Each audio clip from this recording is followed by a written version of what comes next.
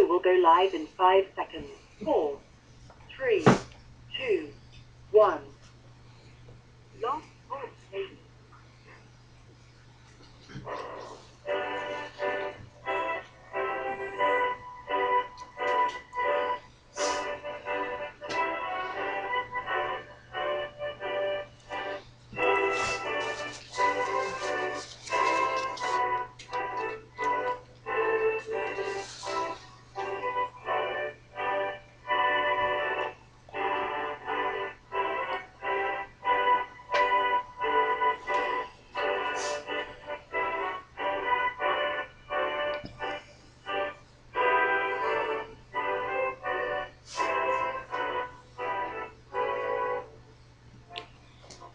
Boa noite, meus amigos. Estamos aqui de volta. Como sempre, começamos invocando a Santíssima Virgem Maria, o Santo Padre Pio de Pietrelcina, para que roguem a Deus que nenhuma injustiça se cometa nesse programa. Queria lembrar a vocês a presença do poeta e filósofo Ângelo Monteiro em Curitiba, no Instituto Olavo de Carvalho, nos dias 10 e 11 de dezembro, sexta-feira e sábado, às 15 horas, com duas conferências que certamente serão imperdíveis. Aqui também, para não dizer que está tudo perdido no Brasil, o pessoal me avisa aqui, o Fabrício Vasconcelos me avisa que a Baixada Santista agora tem a sua missa tridentina, depois de 50 anos. É todo domingo às 3h30 da tarde na Capela Nossa Senhora do Desterro. Fica dentro do Museu de Arte Sacra, no Centro Histórico de Santos. Aos poucos a missa tridentina vai voltando, né? Também o pessoal aqui do Centro Cultural Mirador, www.ccmirador.com.br, em Porto Alegre, avisa que está exibindo todas as sextas-feiras às 16 horas o curso completo da minha História Essencial da Filosofia, gratuitamente para quem quiser assistir. O Centro Cultural Mirador é o centro da seção masculina do Opus Dei em Porto Alegre. Portanto, qualquer um pode ir. Mas é a seção masculina, então Clube do Bolinha, só entra menino. O endereço do centro é bairro Rio Branco, Rua Cônego Viana, número 210. Então, parabéns aí, Centro Cultural Mirador. Muito obrigado pela sua atenção. Olha aqui, esta semana chegou aqui um comentário do Ken Blackwell, que foi secretário de Estado do Ohio. Ele diz que pelos resultados da eleição americana é que nós podemos ver a total falta de confiabilidade da grande mídia aqui dos Estados Unidos. Porque, para quem acredita em New York Times, CNN, etc., o Tea Party ainda era apenas, vamos dizer, um grupelho, né? Grupelho de extremistas, racistas, etc. O Ken Blackwell, que é um dos líderes do negócio e é mais preto que o Obama, ele diz, olha, se lendo os jornais você diria que o Tea Party ia ter 2 votos. Na verdade, o Tea Party foi o grande vencedor das eleições, mostrando que ele expressa a opinião majoritária, maciçamente a opinião majoritária americana. Mas olha, no Brasil ainda tem gente que não se rende a isto, porque aqui na Folha de São Paulo, no UOL, né, aqui aparece um sujeito chamado, uma moça chamada Andréa, pode ser nome de homem ou de mulher, Andréa Murta, correspondente em Washington. Olha, a função de correspondente em Washington consiste em você ler o New York Times, recortar, traduzir uns pedacinhos, mandar para o Brasil e dormir o resto do dia, né? Então essa senhora ou senhor, não sei, né, já chama o negócio de movimento ultraconservador, quer dizer, que é excessivo, ultra é aquilo que é excessivo, que ultrapassa. Né? Então o que você está querendo dizer? Que a maioria do eleitorado americano é ultraconservador, deveria ser banido da política? E ele diz aqui que o Tea Party atrai 600 grupelhos. Né? Então aqui, mas é uma reunião de grupelhos. É incrível. E dizendo, não, o movimento não tem um objetivo claro, né? Está reclamando, está fazendo de superior. Quer dizer, que coisa mais provinciana, mais idiota, pô. Quer dizer que depois dessa votação vocês ainda não entendem que aquilo é a expressão da opinião majoritária americana? Meu Deus do céu, essa mídia, tanto no Brasil quanto aqui, olha, não é para acreditar em nada, não é para ler essas porcarias. Por que vocês leem a Folha de São Paulo? Por que leem o New York Times? O pior são os jornais brasileiros que reproduzem artigos do New York Times. Cada um pior que o outro. Não tem um que mereça respeito, que mereça atenção. É só besteira mesmo. Besteira quando não é mentira, né? Agora, o mundo está ficando cada vez mais esquisito, porque tem aqui um cidadão britânico, Charles Kane. Ele fez cirurgia para mudar de sexo, virou mulher, mas não gostou, né? Daí diz que o sujeito gastou 100 mil libras, são 274 mil reais, né? Para virar mulher. Daí olhou, não gostou, fez sexo com o homem, achou que era muito chato, decidiu virar homem de novo. Então, uma coisa maluca. Tira a piroca, põe a piroca. Agora eu quero saber o seguinte: onde acharam as bolas para botar de volta? Isso, eu leio aquilo. Olha, diz que o implante de seio foi retirado, fizeram lá uma piroca artificial com pele da barriga, mas e as bolas? Hã? Ninguém diz isso. É o mistério dos mistérios. Será que tiraram a bola de alguém e caparam o sujeito na rua? Né? Também o governo da Índia avisa que está tirando os cocos dos coqueiros para que não caiam na cabeça do Obama. Mas por que os cocos? E não as jacas, as mangas e tudo mais? E por que não tampar o cu dos passarinhos? Como já adverti os mamonas assassinas, as pombinhas, quando voam, por incrível que pareça, ficam sobrevoando com seus cus mirando nas nossas cabeças. É um risco muito maior do que cair um coco. Que coisa mais injusta? Ou será que a cabeça do Obama atrai cocos, né? Por homologia, por ser oca como um coco? Só pode ser isso, né? Agora, também você vê como é mídia. Saiu aqui no Globo. Espanhóis protestam contra a presença do Papa em Barcelona.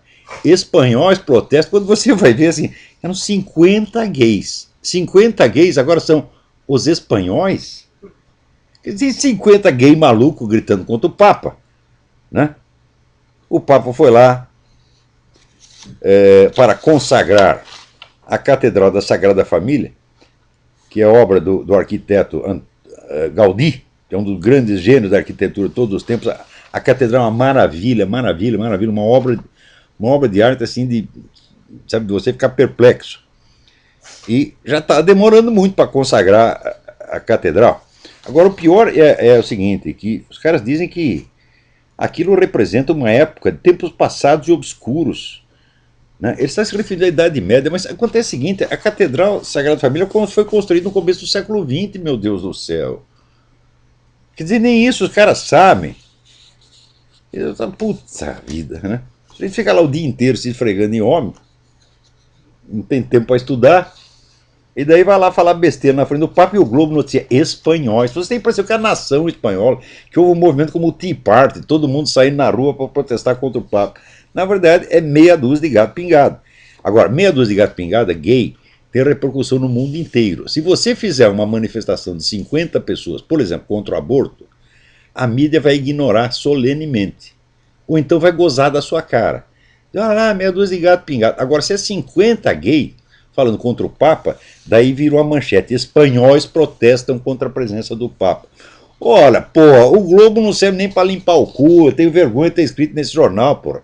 Escrevi porque simplesmente tinha o dever de dizer certas coisas, e eles me ofereceram de má vontade aquela tribuna.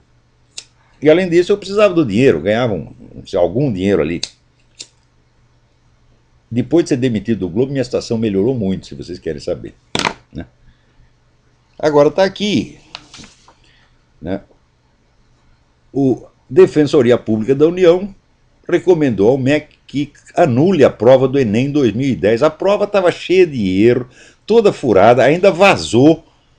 Todo mundo ficou sabendo, pô, mas o Enem não é para avaliar os outros? Agora, se o avaliador é esta merda, o que vale a avaliação, meu Deus do céu, né? O Brasil, assim, virou um negócio onde ninguém mais tem critério para medir nada. Todas as medidas no Brasil são elásticas, né? Tudo é subjetivo. Na prova do Enem tem até a questão sobre homofobia, né? e dizia o seguinte, que pecado nefando era a expressão correntemente utilizada pelos inquisidores para a sodomia. Não, os inquisidores o caralho, gente. Hoje, turma do Enem. O Papa hoje dirá para você que é um pecado nefando. Quer dizer, isso aí faz parte da doutrina da igreja, não eram os inquisidores. Talvez até entre os inquisidores tivessem uns viados enrostidos lá, como é que eu vou saber? Né? Então, quer dizer, a pergunta é construída de modo a criar preconceito e ódio contra a Igreja Católica. Como se a Igreja Católica tivesse passado 2000 anos matando viado, não teria sobrado nenhum.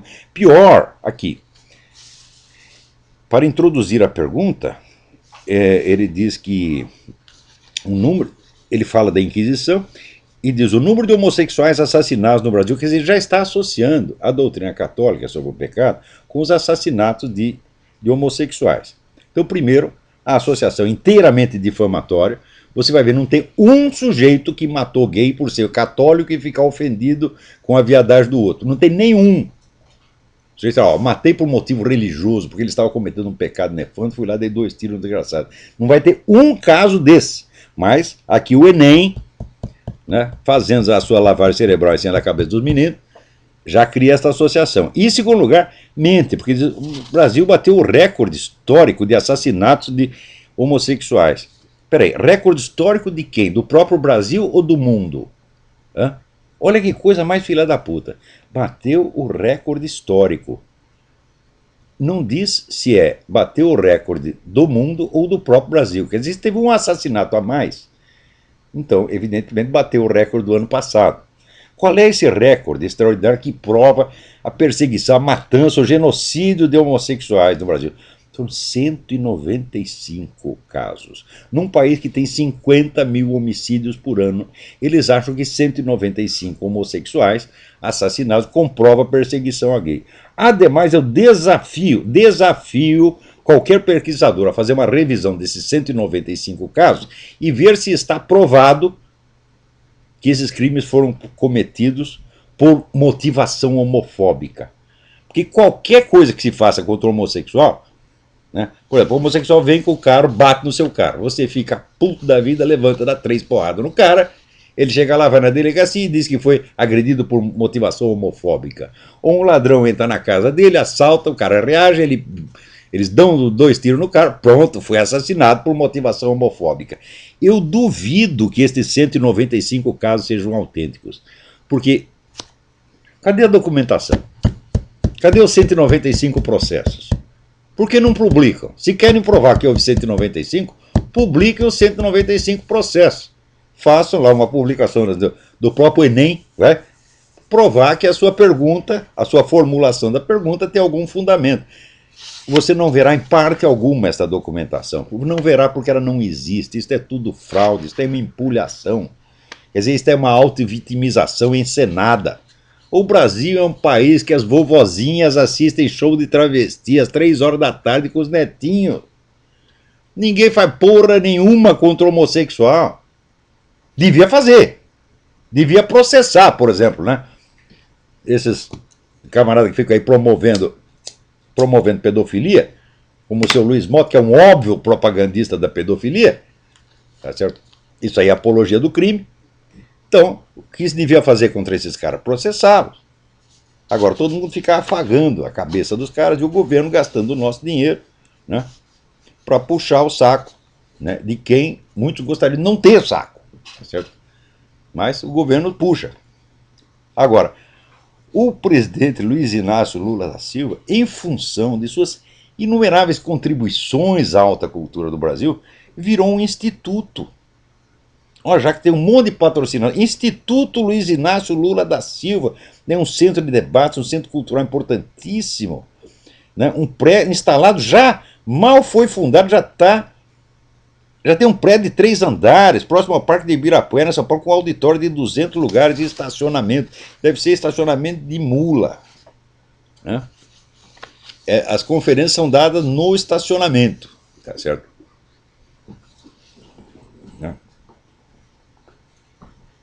Então, você imagina, essa semana, o seu Paulo Rabelo de Castro, que anos atrás me foi apresentado num Fórum da Liberdade como uma das grandes esperanças do pensamento liberal conservador do Brasil. Então, logo Dona Dilma foi eleita, publicou um negócio que é de uma puxação de saco abjeta, nojenta. Ô Paulo Rabelo de Castro, se eu ver você na rua, eu vou cuspir no seu olho. Não vou bater em você, não. Não vou fazer nada quando você, mas uma cuspidinha, porra. Será que você merece uma cuspida? Eu vou pensar um pouco. Mas o homem puxa o saco e diz assim, não puxa o saco só da Dilma, puxa o do Lula também. Diz que o Lula foi um gigante. O Brasil está maravilhoso. Ora, na mesma semana, o Paulo Rabelo de Castro, na mesma semana saiu o Índice de Desenvolvimento Humano da ONU, no Brasil está em 73º lugar.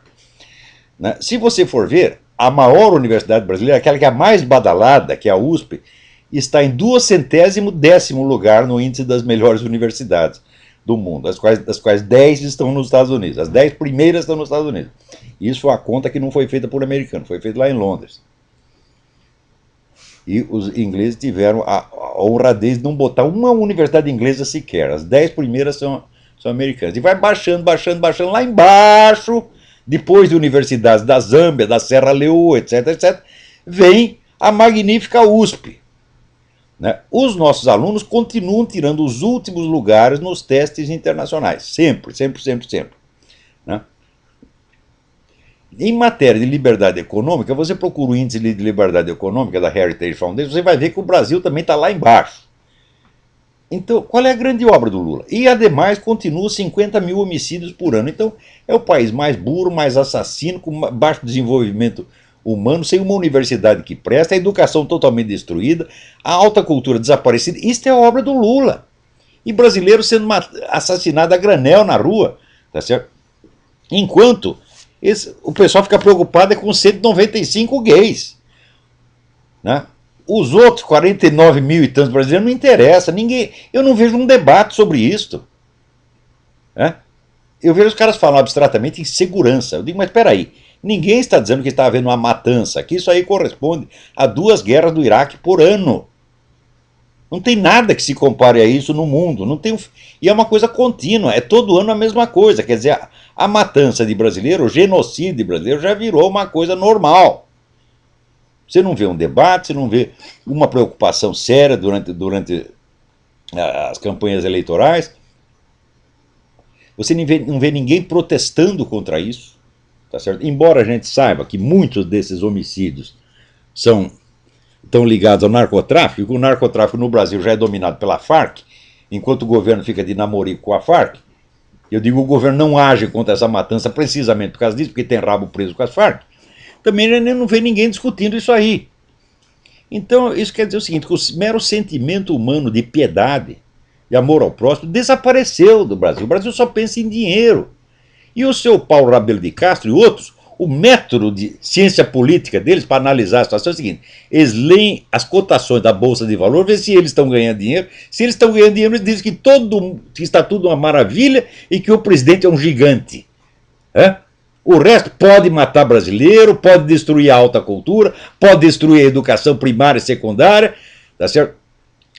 Pode nosso índice de desenvolvimento humano empurrá-lo. Ele acha que tudo é maravilhoso.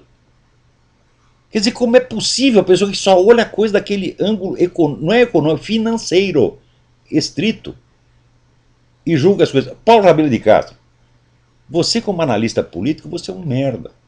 Você é primário, você é um amador, você não sabe nada. O que você sabe é só ver se você e seus amigos estão ganhando dinheiro, e daí dizer que está tudo maravilhoso. Como é que se pode julgar uma administração só por resultado financeiro? Meu Deus do céu, isso é de uma mesquinharia, de uma estupidez. Quer dizer, o país não consiste de pessoas. O país consiste de uma conta bancária. E mesmo numa empresa, meu filho, você julga uma empresa, vamos falar, você tem uma empresa. Certamente você tem uma. Você julga a sua empresa só pelo lucro dela? E o bem-estar dos funcionários, as relações humanas, a honradez da sua empresa, o ambiente de segurança da sua empresa, nada disso conta. Nada disso tem importância. Então você, para julgar um país inteiro, você pega, faz suas miseráveis continhas E chama de gigante o homem que simplesmente, cujo único mérito foi o de não ter bloqueado a política econômica dos seus antecessores. Porque o mérito da recuperação econômica brasileira é inteiramente de duas pessoas: Itamar Franco e Fernando Henrique Cardoso. E depois a equipe que veio, continua com Pedro Malan e outros. Tá certo? Foram esses caras que fizeram. O Lula simplesmente, vamos dizer, é louco, mas não rasga dinheiro, deixou os caras continuar trabalhando. Por que ele deixou os caras continuar trabalhando? Porque ele tinha outras urgências.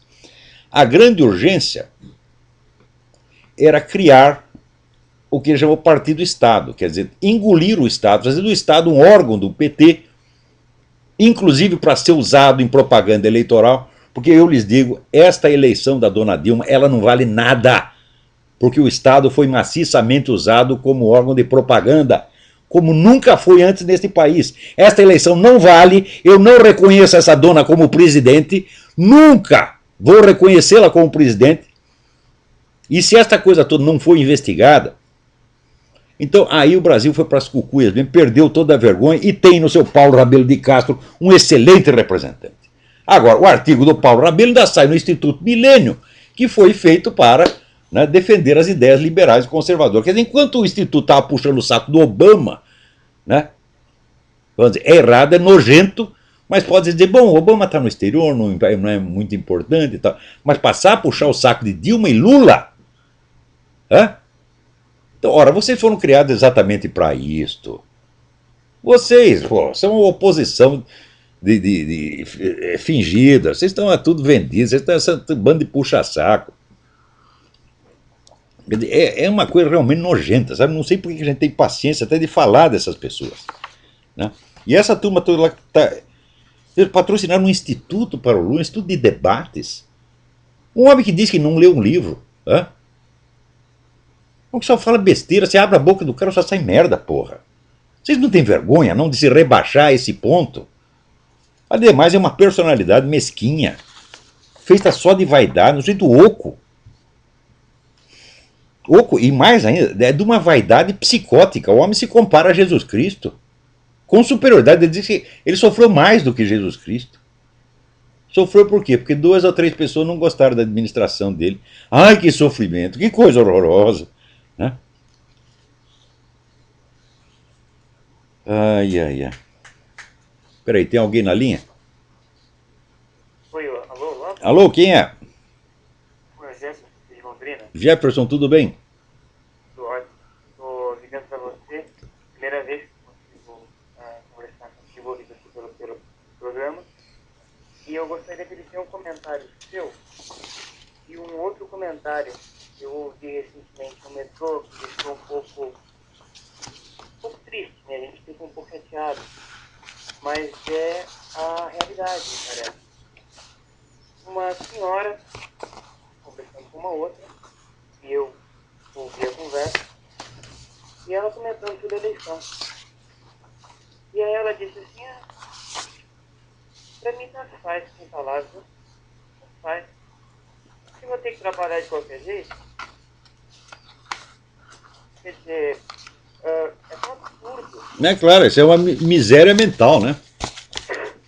De tudo que a pessoa sabe é, vamos dizer, a sua situação financeira imediata, nem a do vizinho ela sabe. Mas o pior não é que uma senhora na feira fale isso, o pior é quando você vê um economista, um homem que tem responsabilidade como Paulo Rabelo de Castro, raciocinando da mesma maneira. Só o que interessa é o dinheirinho. Então, que pessoas analfabetas pensem assim, tá certo. A doninha de casa, que nunca leu um livro na vida, nunca leu nem Patinhas, pode pensar assim. Mas como é que um Paulo Rabelo de Castro, a turma do Instituto Milênio, pode pensar assim? Como é que se pode julgar o Estado de um país só pelas finanças, meu Deus do céu? Você vê que, olha, a degradação moral e intelectual do Brasil é uma coisa que não tem precedente no mundo. Você pega, outro dia deram lá o prêmio Jabuti, deram para quem? Para Chico Buarque de Holanda e Maria Rita Kel. Se somar tudo que os caras escreveram na vida, não vale um artigo meu, porque não tem substância nenhuma, é tudo besteira. Maria Rita é apenas uma, vamos dizer, uma mulher que está Vamos dizer, ela teve um pai muito bom, que foi o Renato Kell, que deu tudo para ela, deu uma boa vida, e ela está muito revoltada com a instituição da família porque ajudou ela, tá entendendo? É assim. Quer dizer, quanto uma pessoa recebe na vida, mais revoltada fica. Está revoltada com os homens. Né? Eu não vejo que algum homem jamais tenha feito algum mal para ela, eu nunca soube disso. Né?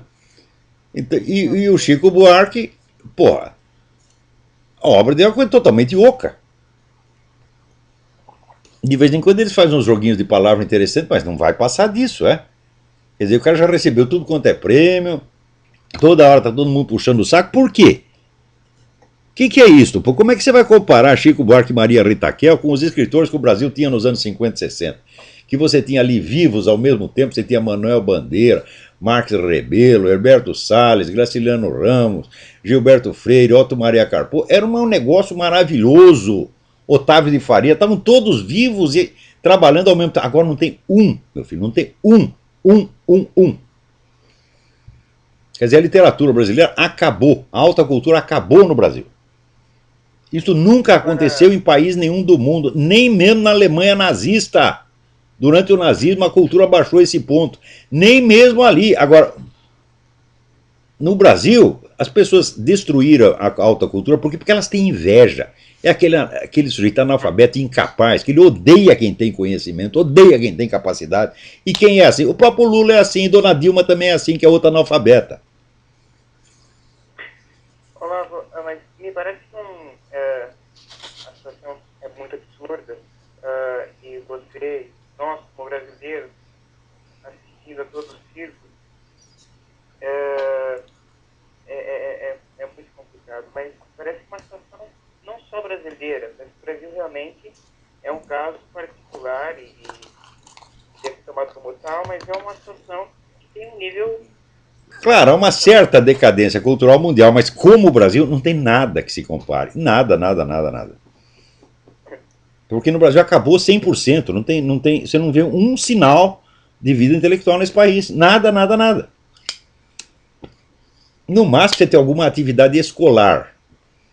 Quando se diz que uma universidade é boa, significa o seguinte: vida intelectual não tem nenhum interesse em conhecimento, tem apenas a rotina. Os caras continuam, né, batendo ponto e ensinando dando as mesmas aulinhas do ano passado. Isso é o que você pode encontrar na USP, por exemplo. Agora, criatividade intelectual, interesse, certo? Pesquisa da verdade, não tem nada. Agora, eu sei que quem está aí dentro não consegue medir a diferença. Aliás, o brasileiro nem quando ele viaja ele enxerga a diferença. Né? O brasileiro vai para Paris, né? E não vê muita diferença entre Paris e Ferraz e Vasconcelos, tá entendendo? E volta falando mal. E esses brasileiros vagabundo que tá aqui como imigrante ilegal, os caras chegam aqui com a mão adentro ou tá atrás. Chegam esfomeado, ferrado, tá entendendo? Chegam D4. Um ano depois tem uma casa, 3 carros, um bom emprego, aposentadoria, tudo. E falam mal. E o que é isto, porra? É uma gente de sentimento baixo, tá entendendo? Olha, eu sei que eu só não tenho vergonha de ser brasileiro porque eu não tenho culpa. Né? Não tenho culpa de ser brasileiro, você também não. Peraí, tem mais alguém aí na linha para falar? Obrigado aí pela sua colaboração. Oi, professor. Oi, quem é? É o Alex Brum, sou cavaleiro do templo. Alex, tudo bem? Brasil. Tudo bom? Professor, só uma correção. O Espírito Santo sozinho está matando 2 vezes mais do que o Iraque. Eu falo porque eu nasci aqui e leio o material que a Secretaria de Educação, Secretaria de Segurança divulga aqui pra gente na nossa mídia. Olha só, gente, presta atenção nesse depoimento. Olha o que está falando. Só no estado do Espírito Santo estão matando mais gente do que na guerra do Iraque. E você não vê um debate nacional, você não vê ninguém denunciando a parceria do governo com as Farc, que está documentada. Simplesmente a realidade se tornou proibida no Brasil. Só pode falar de fantasia, como por exemplo, né, o gigantismo moral do seu Lula, as virtudes intelectuais da Dona Dilma e assim por diante. Só pode falar do que não existe. Pois é, e no Espírito Santo nós temos 3,5 milhões de habitantes só. Então, é até brincadeira, né? 2% da população brasileira, mais ou menos, mata 2 vezes mais que o Iraque. Olha só. Assim, é uma coisa de, sabe, de cair o queixo, meu Deus do céu. É uma coisa aterradora, isso já virou um genocídio. Mas ninguém está preocupado com isso. Né? O que é uma grande gestão? Ah, aumentou as nossas reservas de capital. Olha que coisa maravilhosa. É que assim, é um raciocínio tão dinheirista, tão baixo. Veja que no tempo da ditadura militar, quando o governo se gabava do crescimento econômico, a esquerda inteira respondia, mas e o desenvolvimento humano? E a cultura? Hã? E o bem-estar das pessoas? Todos eles, agora mudou. Agora estão eles no governo e eles usam em seu favor o mesmo argumento que a ditadura militar usava, que é o crescimento econômico, que é 1/3 do que era no tempo da ditadura. No tempo da ditadura o Brasil chegou a crescer 15% ao ano, agora cresce 4,6%, né? E sai seus milhares de Paulos Rabelos, que são produzidos a granel, tá certo? Pelas universidades brasileiras, tudo soltando foguete, estourando rojão para celebrar a grande glória dos 4,5%.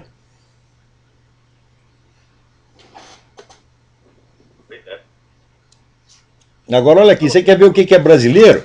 Teve essa menina aí, Maiara, não sei das quantas, né, que fez uma brincadeira de mau gosto com o nordestino, né? Brincadeira totalmente injusta, porque a culpa da eleição da Dilma não é dos nordestinos, é das maquininhas, não é isso? Que a coisa mais fácil é falsificar voto eletrônico. O simples fato de adotar o voto eletrônico já demonstra má intenção, né? Mas ela fez lá uma brincadeira de mau gosto, o país inteiro está contra ela, todo mundo indignado, todos contra uma, não é todos contra um, é todos contra uma. Olha quanta valentia, até o pai da menina disse, não, ela foi concebida fora do casamento e eu não tenho relação com ela. Quer dizer, ô desgraçado, tu pula a cerca e depois a culpa é dela? Que cacho de pai é você? Hã? Agora o país, todo mundo valentão contra a menina. Vocês não têm vergonha nas suas caras? O que a menina falou no Orkut não tem a mais mínima importância, esqueçam isso. Agora, quando, né, aparece aí gente dizendo, olha, tem que extinguir a raça branca. Quanta gente não falou isso? É? Tem que matar todos os americanos. Toda hora o pessoal fala isso, não acontece nada. Agora, ela falou de brincadeira, sem nenhum ódio, tá certo? Pronto, o pessoal todo cai matando em cima. Que valentia. Mas olha, é uma vergonha. Ser brasileiro é uma vergonha, é uma coisa que ninguém deveria fazer. Se você é brasileiro, mude de ideia já. Você está entendendo? Que coisa. Olha aqui. Por não quiser proibir, né, o livro do Monteiro Lobato, Caçadas de Pedrinho, porque tem uma imagem, né, onde ele fala da tia Anastácia, que é o personagem que ele trata com o maior carinho, tia Anastácia. Tem lá parece que ela subiu no barril como uma macaca. Ah, isso é racismo! É o Adolf Hitler, ele quer matar todos os pretos, né? Tem que proibir isso, tem que queimar os livros dele em praça pública. Porra, até o Aldo Rebelo, que é mais comunista do que Lenin, protestou contra uma porra dessa. Até ele está escandalizado. Aí, parabéns, Aldo Rebelo. Eu sempre gostei de você, você é um homem bom, eu sei que você é um homem bom. Eu não sei como você continua no PCdoB. Um cara como você no PCdoB, meu Deus do céu, é como um santo dentro de um bordel, você tá entendendo? O que tu tá fazendo nessa coisa? Sai daí, homem, porra! Né? Você sempre, eu já vi você tomar posição em muitas coisas, sempre eu achei que você foi um cara muito honesto e, na maior parte dos casos, muito realista. Agora, esse negócio de ficar no PCdoB, não dá. Porque a turma do PCdoB é tudo politicamente correto, né? Tudo fica lá, fiscalizando, policiando figuras de linguagem. E figuras de linguagem de um grande escritor que, ó, Monteiro Lobato não é por nada, o sujeito escrevia pra caralho. Desculpa, perdão da expressão. Porra, eu leio, não é literatura, eu vou confessar pra vocês uma coisa, eu, ao contrário de todos os brasileiros, eu jamais li um livro de literatura infantil do Monteiro Lobato. Mas eu li Negrinha, li Europeus, li O Presidente Negro, li um monte de livros do Monteiro Lobato, a literatura adulta dele. E é um estilista assim, de primeiríssima ordem, como hoje é inconcebível. Impossível no Brasil ter um escritor como aquele, né? E eles vão se pegar logo no Monteiro Lobato, meu Deus do céu. Puta vida. Né?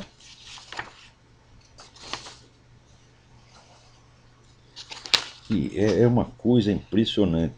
Agora, olha aqui, o Hélio Gaspari de vez em quando, né, acerta. Diz ele, Dilma ampara um lance de estelionato.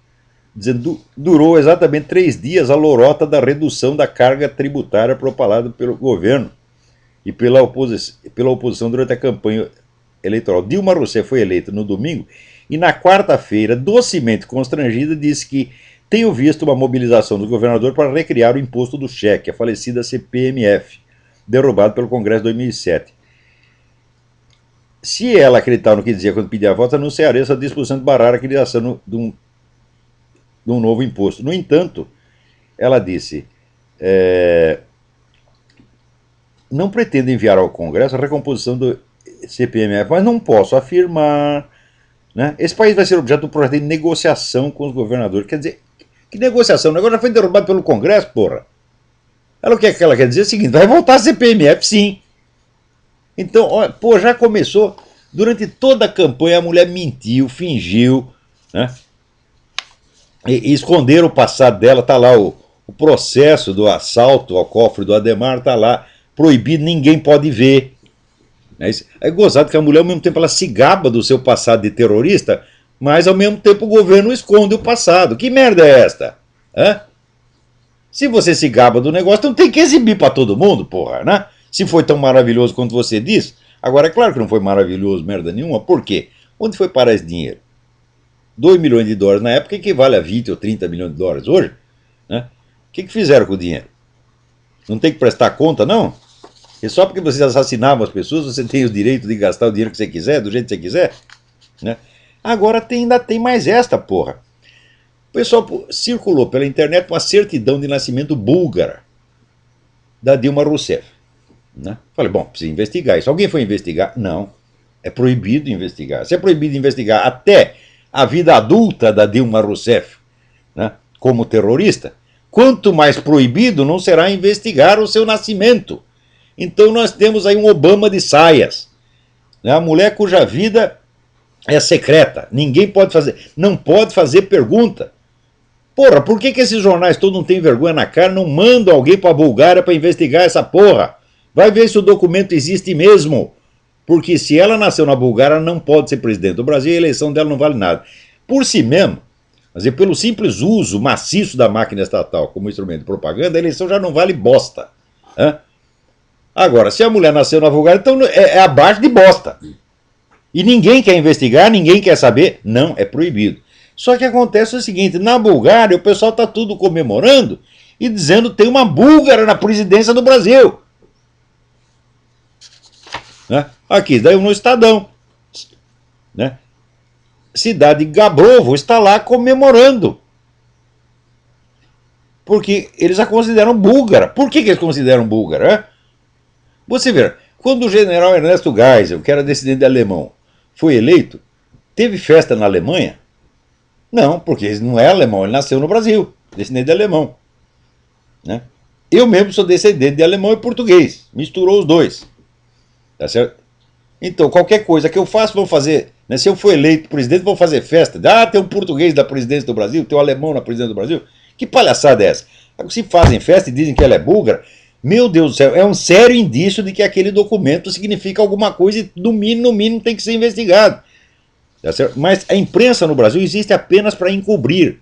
Então eu digo para vocês, não leiam jornais brasileiros, os grandes jornais. Né? Vão para a internet, busquem diretamente da fonte. Tá certo? Reforce as pessoas que estão tentando investigar e descobrir as coisas por sua conta própria. Né?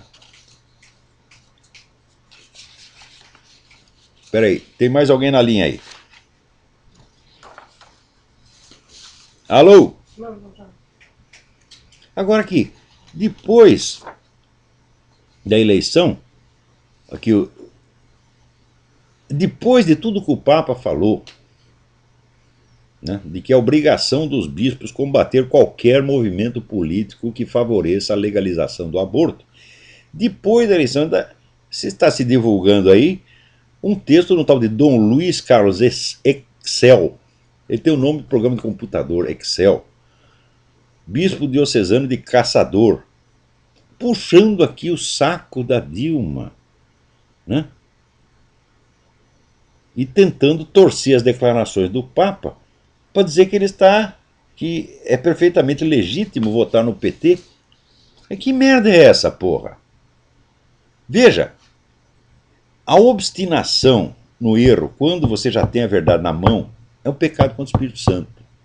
Segundo, apoiar movimentos pró-comunistas implica a sua excomunhão automática.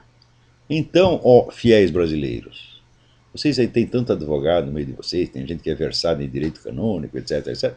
Vocês façam um requerimento ao Papa para ele simplesmente confirmar a excomunhão, lata sentença, a excomunhão automática de seu Excel, né? Sei lá,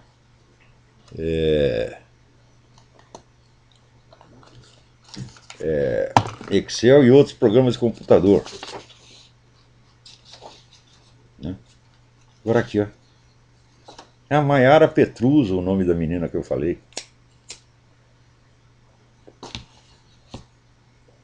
Né, você vê que uma menina fala no Orkut contra, né, os nordestinos, é sinal de que existe uma epidemia racista, um genocídio em preparação com os nordestinos. Cuidado, nordestino, a Maiara vai matar todos vocês, porra! Se não é essas pessoas heróicas, como esse filho da puta do pai dela, e mais toda a mídia e os políticos, tá? Ela já teria matado todos. Quer dizer, que maluquice é essa, meu Deus do céu? Né, vão desgraçar a vida da menina e ainda vão se achar muito heróicos por isso. Você vê que a medida moral do brasileiro é uma coisa que baixou, sabe, abaixo de animal, abaixo de animal. Peraí, tem alguém aí? Alô? Alô? Sim. Alô? Sim. Quem é? Boa noite, professor. Boa noite. Daniel, falo de São Paulo. Daniel de São Paulo, tudo bem? Queria saber se existe contradição entre ser maçom e católico, qual é a posição? Não, contradição lógica não existe. O que existe é uma proibição formal dos papas que vem desde o século XVIII. Então, se você é católico, você não pode participar da maçonaria. Agora, no Brasil, sempre houve católico maçom. Inclusive, eu vi eu li uma correspondência entre o René Guénon, que era o maior conhecedor, provavelmente o maior conhecedor de maçonaria no mundo, e o tradutor dele, Fernando Guedes Galvão. E o Fernando contava para ele que no Brasil, no tempo da colônia, do império, estava cheio de padre maçom, bispo maçom, cardeal maçom. E o René Guénon caiu de costas, porque ele disse, olha, isso aí nunca aconteceu no mundo, isso só aconteceu na França durante um breve período, durante a Revolução. Houve uma certa mescla, né, de católicos e maçons. Isso nunca aconteceu, esse é um negócio que só acontece no Brasil. Mas no Brasil, como dizia o meu amigo Andrei Plecho, que foi ministro das Relações Exteriores da Romênia, no Brasil ninguém tem obrigação de ser normal. Isso é um país de maluco, onde o cardeal vai lá, entra na maçonaria e não percebe que está fazendo nada demais, não percebe que já está excomungado. O cardeal entra para o Partido Comunista, tá certo? E também não percebe que está excomungado. Ninguém percebe nada nessa porra. Esse é o país onde parece que está todo mundo bêbado ou drogado, né? Então essas situações irregulares nem sempre implicam uma culpa subjetiva. Quer dizer, o indivíduo está objetivamente fazendo uma coisa que está errada. Quer dizer, ele como católico não pode entrar na maçonaria. Mas subjetivamente ele não sabe, ou ele não sente, ou não percebe. Então é a confusão, é a meleca geral, você está entendendo? Agora, isso não quer dizer o seguinte, isso não quer dizer, vamos dizer, que a maçonaria seja uniformemente um órgão destrutivo, letal e anticatólico. Não é. De fato, não é. Você estudando objetivamente, você vê que dentro da maçonaria você tem correntes pró-católicas e anticatólicas. Tá certo? Então, organizações do tamanho da maçonaria não tem como ser julgadas em bloco. Tá certo?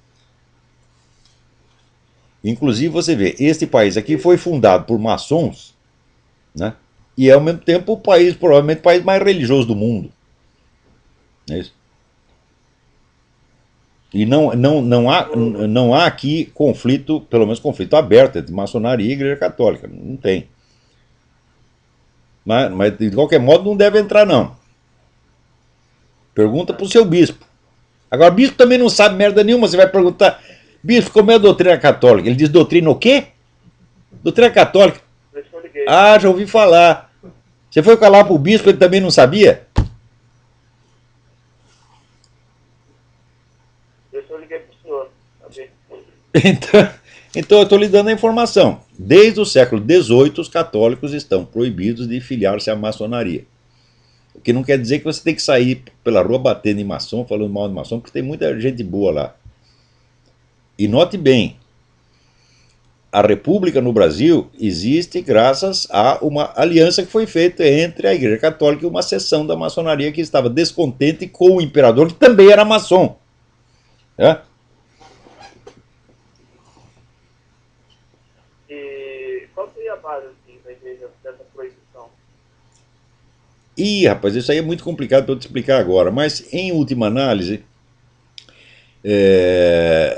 o que se afirma ali é que, no fundo, a maçonaria tem uma doutrina que diviniza o ser humano, no lugar de Deus. Mas isso não quer dizer que todos os maçons deem a sua adesão a essa doutrina. Tá certo? Tem muito maçom que está lá e não está sabendo qual é a finalidade última da coisa. E esse negócio, como a maçonaria tem um lado meio secreto, pelo menos discreto, uma loja não sabe o que a outra está fazendo e o negócio é um saco de gato no fim das contas, né? Esse negócio de você achar que a maçonaria controla tudo, esses caras que acreditam, né, poder secreto e tal. Bom, claro, existem poderes secretos, mas eles não são tão coerentes e tão unificados quanto o pessoal imagina, né? Então é isso, peraí, tem outra pessoa aí na fila para falar. Obrigado pela sua participação. Alô? Alô, quem é? Alô, olá? Eu? Alô? Tá me ouvindo? Perfeitamente. Bom, aqui é o Luiz de Minas Gerais, Luiz de Minas Gerais, tudo bem? graças a Deus. Queria perguntar para o senhor uma coisa. O senhor já reparou, que morou no Brasil, óbvio, que está morando na América, eu queria identificar de onde que vem uma certa coisa. Que são feitos na América, produtos e tal do mercado, são feitos para cuidar. Aqui no Brasil, as coisas são feitas para quebrar, já reparou isso? Ah, mas a diferença é brutal, meu filho, brutal. Porque aqui, se você compra um produto ele não funciona, olha, aqui tem um negócio chamado return. Qualquer artigo que você devolva, a loja tem que aceitar na mesma hora sem discutir. No Brasil não tem isso, meu filho. Você experimenta, compra um aspirador de pó, não funciona, vai lá devolver. O cara vai mandar você, vai para a justiça. Vai levar 3 anos para você ter a porra do aspirador de pó de volta. Se tiver. Então, o Brasil é o total desrespeito pelo consumidor, mas total. Mas eu fico meio abismado como as coisas são feitas para quebrar. Mas é feito para quebrar, para você comprar outro. Eu estou falando, veja, empresário no Brasil é tudo picareta, meu Deus do céu. Cara sério que faz um produto porque confia no produto. Olha, eu já trabalhei em revista de administração de empresas, conheço milhares de empresários. Pra você achar um cara sério no meio disso é muito difícil. Quer dizer, mas é a formação moral inteira do brasileiro que está errada desde a infância, desde a educação doméstica. As pessoas gostam de fazer sacanagem, gostam de enganar o próximo, tem uma satisfação, tem um prazer, elas se sentem superiores quando enganaram o outro, porra. E acham que você ser honesto é você ser ingênuo, é ser bobo. Parece que é só no Brasil que parece isso. Não, não é assim, o produto chinês é muito pior. Né? Mas o que acontece na China, os coitados trabalhadores ganham $30 por mês para trabalhar 10 horas por dia, 10, 12 horas por dia. Então faz aquela merda que é para quebrar na semana seguinte. Olha, eu outro dia comprei um sapato chinês, o sapato custava $8. Falei, pô, $8 tem que comprar. Usei aquilo 2 dias, me deu um chulé que o quarteirão inteiro fugia da minha pessoa. Você tá entendendo? Ficavam com nojo de mim, porra, por causa do sapato chinês. É claro que joguei fora. Nunca mais compro um sapato chinês. Agora, a indústria chinesa é tudo do governo e a indústria é feita para explorar o trabalhador e explorar o consumidor, cuspir nas caras dos dois e ainda rir deles. E o Brasil está seguindo os passos da China. quero saber onde nós vamos parar quando a Dilma for administrar essa Copa do Mundo que está chegando e as Olimpíadas. Aí o país vai se virar aqui. Ah, vai ser uma maravilha. Vai ser as Farc e o PCC matando todo mundo na rua, vai ser uma delícia. O buraco do Brasil vai aumentar ainda mais. Vai arrastar todo mundo. Cuidado com esse negócio de buraco, porque o buraco é do povo, né? Então,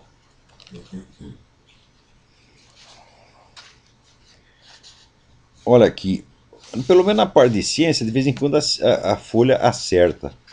Publicou aqui um negócio dizendo que numa revisão científica recente, feita pela Universidade de Oxford, não se comprovou nenhum benefício trazido pela maconha, mas uma infinidade de malefícios: dependência, bronquite crônica, insuficiência respiratória, aumento do risco de doenças cardiovasculares, câncer no sistema respiratório, diminuição da memória, ansiedade, depressão, episódio psicótico e, por fim, um comprometimento do rendimento intelectual da pessoa. Mas é óbvio, meu filho conversa que todo maconheiro é um idiota. É um idiota autofabricado. Você pega uma pessoa inteligente, normal, dá maconha para ele, e 3 anos o cara está idiotizado, falando só bobagem. Ou seja, está pronto para ingressar na Academia Brasileira de Letras e ganhar o prêmio Jabuti. Tá certo? Então, ó, agora, o curioso é o seguinte, é que os defensores da liberação da maconha e da cocaína são os mesmos que promovem a campanha antifumo, dizendo que o cigarro mata, etc, etc. Ó, meu filho, eu nasci com doença pulmonar grave. Grave. Fiquei 7 anos, moro não moro. Depois sarei, comecei a fumar com 14 anos de idade. Né? Quer dizer, estou fumando há meio século. Tá certo? Já devia ter morrido. E não fumo pouco, não. Então, eu seria um candidato, né? Agora, todos os meus conhecidos não fumantes, todos já tiveram 3, 4 infartos, estão cheios de ponta de safena até no cu. Né? E eu estou aqui, impávido colosso, esperando. Cadê a porra do infarto que não vem? Né? E aqui, ó, danos no cérebro são expressivos também para o usuário leve de maconha. Claro que é. Agora, o José Serra, ai meu Deus do céu, esse cara não tem conserto mesmo. Ele foi lá na França, né, para dizer que o governo Lula é um governo populista de direita. Então o que aconteceu? A turma da esquerda vaiou e a turma da direita também, porque isso é uma besteira, né, bipartidária. Quer dizer, os dois lados sabem que isso é uma bobagem, né? Então alguém levantou lá e um menino mexicano, por que não te callas? Olha, já devia ter feito essa pergunta durante a campanha, porque só falou besteira, né? Ô Zé Serra, vai pra casa, porra. Você liquidou com o seu partido, você não percebeu, não? Você se impôs como candidato, né, tirando o lugar de candidatos muito mais promissores por causa da sua vaidade. Você quer ser presidente porque quer, porque sua mãe disse que você ia ser presidente quando crescesse. Né? Agora, a puxação de saco no Brasil, vem aqui. A Dilma foi eleita, no dia seguinte, aqui, capitão apontado por Dilma como torturador é denunciado na justiça. Foi denunciado pelo Ministério Público Federal. Ora, o que o pessoal do Ministério Público não faz para puxar o saco de uma presidente? Né? O processo está lá rolando faz anos, não deu nada, o inquérito está lá, não deu nada durante anos. Ah, ela foi eleita, agora tem que denunciar a porra do capitão. Né? Agora aqui, me manda uma entrevista de um tal de Paulo César Carbonari, conselheiro nacional do Movimento Nacional dos Direitos Humanos. Né? E ele dizendo aqui que não, nós estamos fazendo grandes avanços nos direitos humanos, que a direita sempre odiou os direitos humanos, sempre combateu os direitos humanos. Meu filho, peraí. Vamos falar de um negócio chamado Anistia Internacional. Sabe por que foi criada a Anistia Internacional?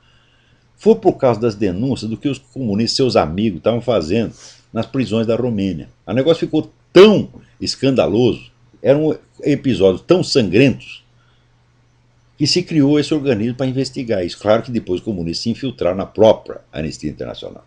Tá certo? E, em matéria de abuso de direitos humanos, meus filhos, esses governos que você puxa o saco, esses governos comunistas, socialistas, são recordistas absolutos de abuso contra os direitos humanos. Né? Vai ver agora mesmo, o que está acontecendo em Cuba. Tem gente lá presa o tempo todo, tem centenas de presos políticos, sem direito de defesa, sem processo, sem punir. E você vai falar que a direita não gosta de direitos humanos? Ah, vai tomar no olho do seu cu. Vai ser mentiroso na casa do caralho, porra. Não vou discutir respeitosamente com você, não. Mentiroso e vigarista eu não respeito, porra. Você está mentindo. Está mentindo. E ainda fala de desinformação. Ademais, a própria imprensa, de modo particular a Rede Globo, não somente se limitou a divulgar, ela pautou o posicionamento. Isso foi a partir de uma reportagem veiculada no Jornal Nacional, fazendo referência ao capítulo sobre a democratização da comunicação, que as entidades empresariais reagiram, visto que a reportagem, com a posição contrária a alguns aspectos do Plano Nacional de Direitos Humanos, foi na noite anterior ao dia em que associações... Quer dizer, escuta, quando a Rede Globo inventou aquela mentira, né, do Caco Barcelos, acusando as Forças Armadas de ter forjado um acidente para encobrir o assassinato de 2 terroristas, você protestou? Hã? Você não protesta.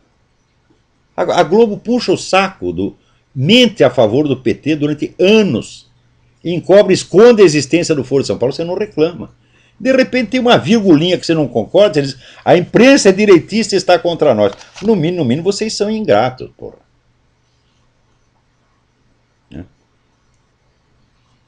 Aqui. Acabou a eleição. Vocês lembram que durante a campanha, você dizer que o PT era abortista era difamação. Acabou a eleição. Aqui, no dia seguinte, saiu decreto do governo instituindo o termo de cooperação do governo brasileiro com a Fundação Oswaldo Cruz para legalizar o aborto. No dia seguinte. E quem que eu respeito essas pessoas, meu Deus do céu? Aqui o artigo do Paulo Rabelo de Castro. A geração de 68. Ai.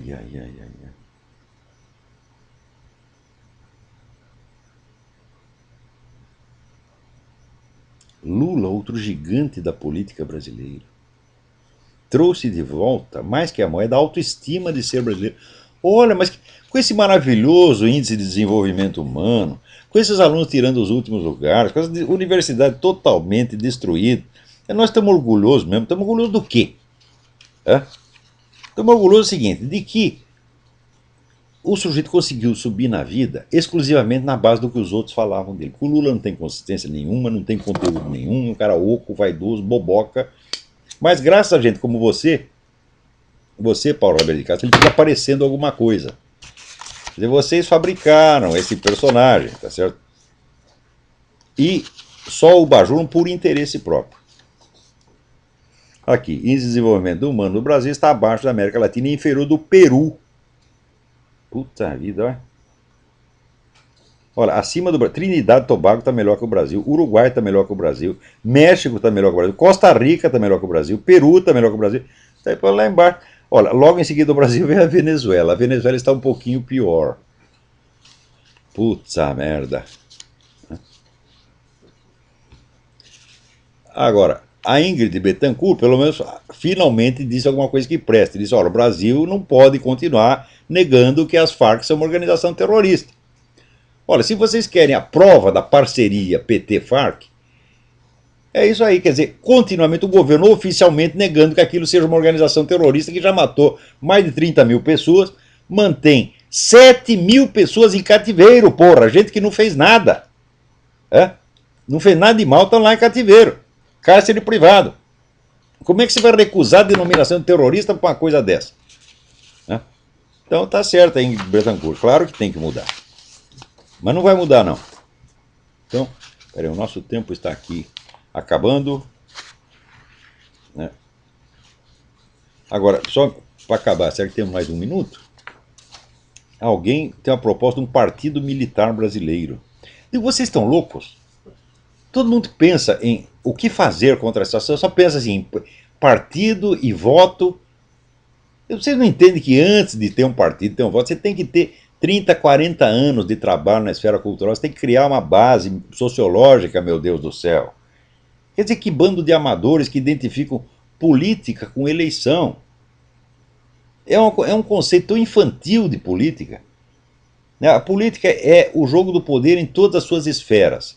E só vale a pena você concorrer numa eleição quando você já tem poder. O PT sabe disso e é por isso mesmo que ele está no poder agora, que ele está no governo agora. Né? Mas o pessoal da direita não sabe. Criar mais um partido para quê? Olha, criar partido é uma coisa dificílima. Está aí o pessoal, né, do Partido Federalista que está há 30 anos tentando se registrar, não conseguiu até agora. Vocês vão começar com outro? Meu Deus do céu! Né? Então, aí é que está. Então, Obama pode ir para a Índia seguro de que os cocos não vão acertar a sua cabeça oca, né? Porque periga de quebrar o coco. Quer dizer, o Obama agrediu um coco a cabeçadas. Pá! Então, até a semana que vem. Muito obrigado.